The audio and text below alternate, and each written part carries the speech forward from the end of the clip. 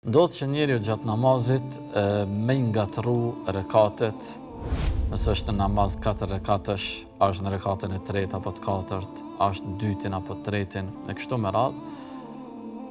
Dhe ndodh kjo që dikujt i përsëritet shpesh për shkak të vezvesës, edhe dikujt mund t'i ndodh edhe më radhë. Në këtë rast, namazi nuk humbet, namazi nuk prishet, por ka një rregull se si me vepru. Nëse personi është në namaz dhe nuk e din në cilin rekat është, habitet dhe zakonisht i ka dy mendime, nëse është në një rekat apo në tjetrën. Zakonisht rregulli fetar thotë që duhet me shku ka ajo që është më e sigurt, që është më i bindur.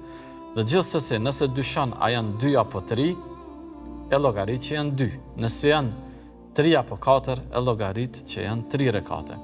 Pra e ndërton namazin në rekatin më të ulët. Dhe pastaj vazhdon rregullin rrjedhën e normale të namazit mbi numrin cilën ka vendos. Dhe në fund të namazit jep selam në anën e djathtë dhe i bën 2 sejdë, pastaj kthehet, ulet edhe përfundon namazin. Domethënë e bën sehvi sejdën për shkak këtij dyshimi që e ka bërë. Nëse ka qenë rekat i tepërt, domethënë ajo nuk ja ka prish namazin, nëse nuk ka qenë asgjë tepër, atëherë këto 2 sejdë që kanë ardhur në hadith pejgamberit sallallahu alajhi wasallam janë poshtrim për shejtanin e mallkuar. Edhe namazi është plotësisht në rregull, nuk ka nevojë me përsërit prej fillimit dhe nuk prishet.